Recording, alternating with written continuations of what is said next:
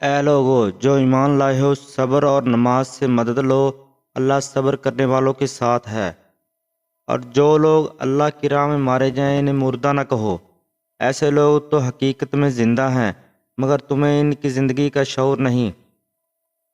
اور ہم ضرور تمہیں خوف و خطر، فاقہ کشی، جان و مال کے نقصانات اور آمدنیوں کے گھاٹے میں مبتلا کر کے تمہاری آزمائش کریں گے۔ ان حالات میں جو لوگ صبر کریں گے اور جب کوئی مصیبت پڑے تو کہیں کہ ہم اللہ ہی کے ہیں اور اللہ ہی کی طرف پلٹ کر جانا ہے۔ انہیں خوشخبری دے دو، ان پر ان کے رب کی طرف سے بڑی عنایات ہوں گی، ان کی رحمت ان پر سایہ کرے گی اور ایسے ہی لوگ راست رو ہیں۔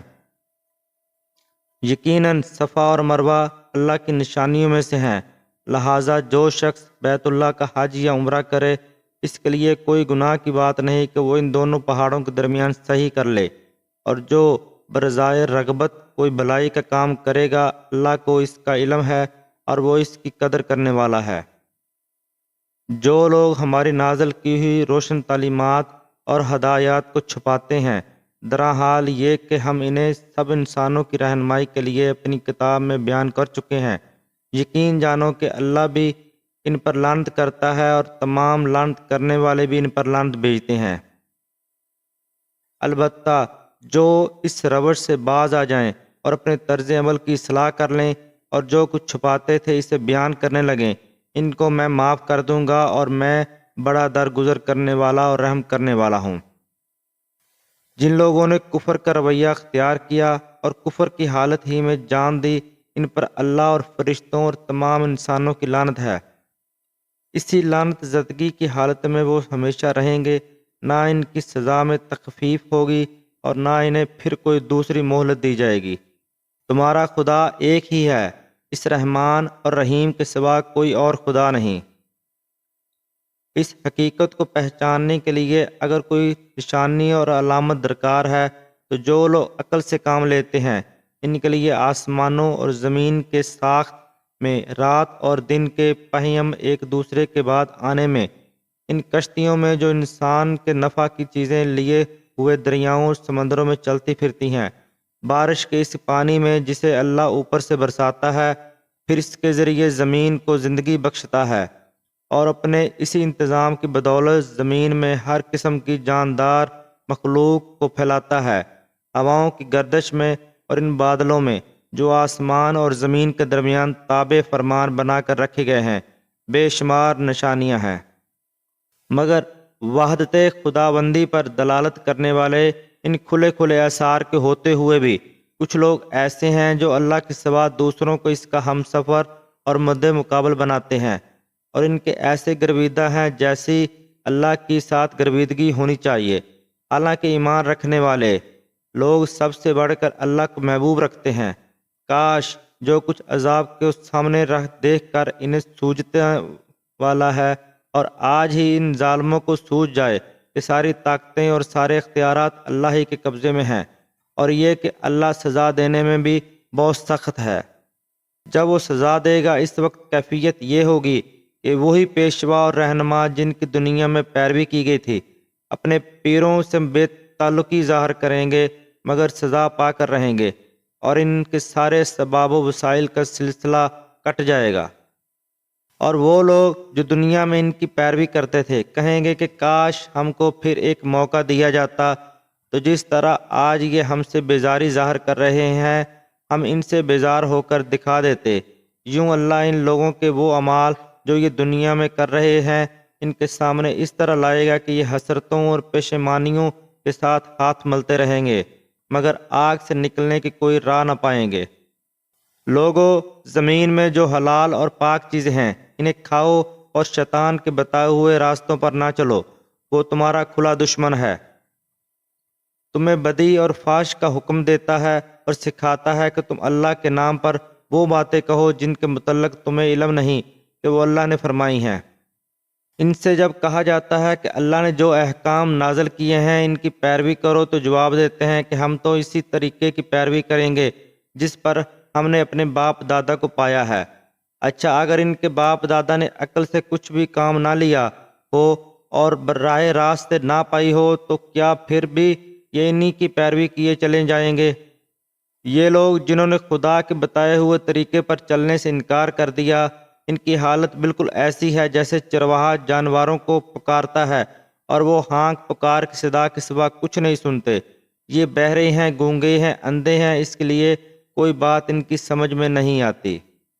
اے لوگو جو ایمان لائے ہو، اگر تم حقیقت میں اللہ ہی کی بندگی کرنے والے ہو تو جو پاک چیزیں ہم نے تمہیں بخشی ہیں انہیں بے تکلف کھاؤ اور اللہ کا شکر ادا کرو۔ اللہ کی طرف سے اگر کوئی پابندی تم پر ہے تو وہ یہ ہے کہ مردار نہ کھاؤ، خون سے اور سور کے گوشت سے پرہیز کرو، اور کوئی ایسی چیز نہ کھاؤ جس پر اللہ کے سوا کسی اور کا نام لیا گیا ہو۔ ہاں، جو شخص مجبوری کی حالت میں ہو اور وہ ان میں سے کوئی چیز کھا لے بغیر اس کے کہ وہ قانون شکنی کا ارادہ رکھتا ہو یا ضرورت کی حد سے تجاوز کرے تو اس پر کچھ گناہ نہیں، اللہ بخشنے والا اور رحم کرنے والا ہے۔ یہ ہے کہ جو لوگ ان احکام کو چھپاتے ہیں جو اللہ نے اپنی کتاب میں نازل کیے ہیں اور تھوڑے سے دنیاوی فائدے پر انہیں بھینٹ چڑھاتے ہیں، وہ دراصل اپنے پیٹ آگ سے بھر رہے ہیں۔ قیامت کے روز اللہ ہرگز ان سے بات نہ کرے گا اور نہ انہیں پاکیزہ ٹھہرائے گا، اور ان کے لیے دردناک عذاب ہے۔ یہ وہ لوگ ہیں جنہوں نے ہدایت کے بدلے ضلالت خریدی اور مغفرت کے بدلے عذاب مول لے لیا۔ کیسا عجیب ہے ان کا حوصلہ کہ جہنم کا عذاب برداشت کرنے کے لیے تیار ہیں۔ یہ سب کچھ اس وجہ سے ہوا کہ اللہ نے تو ٹھیک ٹھیک حق کے مطابق کتاب نازل کی تھی، مگر جن لوگوں نے کتاب میں اختلافات نکالے وہ اپنے جھگڑوں میں حق سے بہت دور نکل گئے۔ نیکی یہ نہیں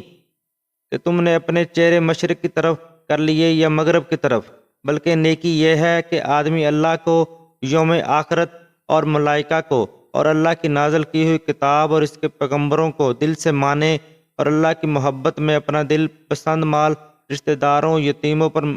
مسکینوں اور مسافروں پر، مدد کے لیے ہاتھ پھیلانے والوں پر اور غلاموں کی رہائی پر خرچ کرے، نماز قائم کرے، زکوٰۃ دے، اور نیک وہ لوگ ہیں کہ جب عہد کریں تو اسے وفا کریں، اور تنگ دستی، مصیبت کے وقت اور حق و باطل کی جنگ میں صبر کریں۔ یہ ہیں راست باز لوگ اور یہی لوگ متقی ہیں۔ اے لوگو جو ایمان لائے ہو، تمہارے لیے قتل کے مقدموں میں قصاص کا حکم لکھ دیا گیا ہے۔ آزاد آدمی نے قتل کیا ہو تو آزاد ہی سے بدلہ لیا جائے، غلام قاتل ہو تو غلام ہی قتل کیا جائے، اور عورت اس جرم کی مرتکب ہو تو اس عورت سے ہی سے قصاص لیا جائے۔ ہاں، اگر کسی قاتل کے ساتھ اس کا بھائی کچھ نرمی کرنے کے لیے تیار ہو تو معروف طریقہ کے لیے مطابق خون بہا کا تصفیہ ہونا چاہیے، اور قاتل کو لازم ہے کہ راستی کے ساتھ خون بہا ادا کرے۔ یہ تمہارے رب کی طرف سے تخفیف اور رحمت ہے، اس پر بھی جو زیادتی کرے اس کے لیے دردناک سزا ہے۔ عقل و خرد رکھنے والو، تمہارے لیے قصاص میں زندگی ہے، امید ہے کہ تم اس قانون کی خلاف ورزی سے پرہیز کرو گے۔ تم پر فرض کیا گیا ہے کہ جب تم میں سے کسی کی موت کا وقت آئے اور اپنے پیچھے مال چھوڑ رہا ہو تو والدین اور رشتہ داروں کے لیے معروف طریقے سے وصیت کرے، یہ حق ہے متقی لوگوں پر۔ پھر جنہوں نے وصیت سنی اور بعد میں اسے بدل ڈالا تو اس کا گناہ ان بدلنے والوں پر ہوگا، اللہ سب کچھ سنتا اور جانتا ہے۔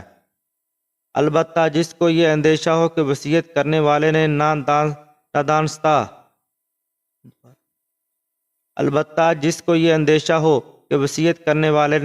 نادانستہ یا قصدن حق تلفی کی ہے اور پھر معاملے سے تعلق رکھنے والوں کے درمیان کوئی اصلاح کرے تو اس پر کچھ گناہ نہیں ہے، اللہ بخشنے والا اور رحم فرمانے والا ہے۔ اے لوگو جو ایمان لائے ہو، تم پر روزے فرض کر دیے گئے ہیں جس طرح تم سے پہلے انبیاء علیہ السلام کے پیرووں پر فرض کیے گئے تھے، اس سے توقع ہے کہ تم میں تقوی کی صفت پیدا ہوگی۔ چند مقرر دنوں کے روزے ہیں، اگر تم میں سے کوئی بیمار ہو یا سفر پر ہو تو دوسرے دنوں میں اتنی ہی تعداد پوری کر لے، اور جو لوگ روزہ رکھنے کی قدرت رکھتے ہوں پھر نہ رکھیں تو وہ فدیہ دیں۔ ایک روزے کا فدیہ ایک مسکین کو کھانا کھلانا ہے، اور جو اپنی خوشی سے زیادہ بھلائی کرے تو یہ اسی کے لیے بہتر ہے، لیکن اگر تم سمجھو تو تمہارے حق میں اچھا یہی ہے کہ تم روزہ رکھو۔ رمضان وہ مہینہ ہے جس میں قرآن نازل کیا گیا جو انسانوں کے لیے سراسر ہدایت ہے اور ایسی واضح تعلیمات پر مشتمل ہے جو رائے راست دکھانے والی اور حق و باطل کا فرق کھول کر رکھ دینے والی ہے۔ لہٰذا اب سے جو شخص اس مہینے کو پائے اس پر لازم ہے کہ اس پورے مہینے کے روزے رکھے، اور جو کوئی مریض ہو یا سفر پر ہو تو وہ دوسرے دنوں میں روزوں کی تعداد پوری کرے۔ اللہ تمہارے ساتھ نرمی کرنا چاہتا ہے، سختی کرنا نہیں چاہتا، اس لیے یہ طریقہ تمہیں بتایا جا رہا ہے تاکہ تم روزوں کی تعداد پوری کر سکو، اور جس ہدایت سے اللہ نے تمہیں سرفراز کیا ہے اس پر اللہ کی کبریائی کے اظہار و اعتراف کرو اور اللہ کا شکر گزار بنو۔ اے نبی صلی اللہ علیہ وآلہ وسلم، میرے بندے اگر تم سے میرے متعلق پوچھیں تو انہیں بتا دو کہ میں ان سے قریب میں ہی ہوں۔ پکارنے والا جب مجھے پکارتا ہے میں اس کی پکار سنتا اور جواب دیتا ہوں، لہٰذا انہیں چاہیے کہ میری دعوت پر لبیک کہیں اور مجھ پر ایمان لائیں۔ یہ بات تم انہیں سنا دو، شاید کہ وہ رائے راست پا لیں۔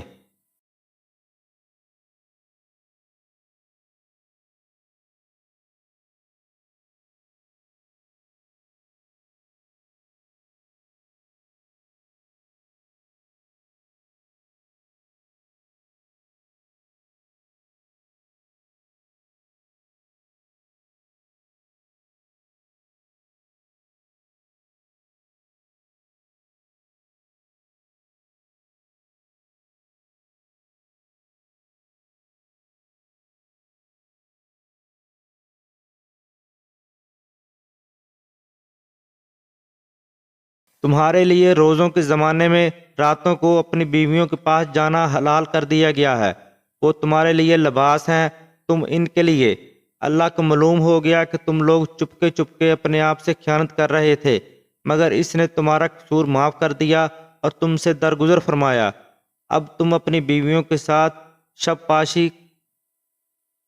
باشی کرو اور جو لطف اللہ نے تمہارے لیے جائز کر دیا ہے اسے حاصل کرو۔ نیز راتوں کو کھاؤ پیو یہاں تک کہ تم کو سیاہی شب کی دھاری سے سپیدہ صبح کی دھاری نمایاں نظر آ جائے، اور جب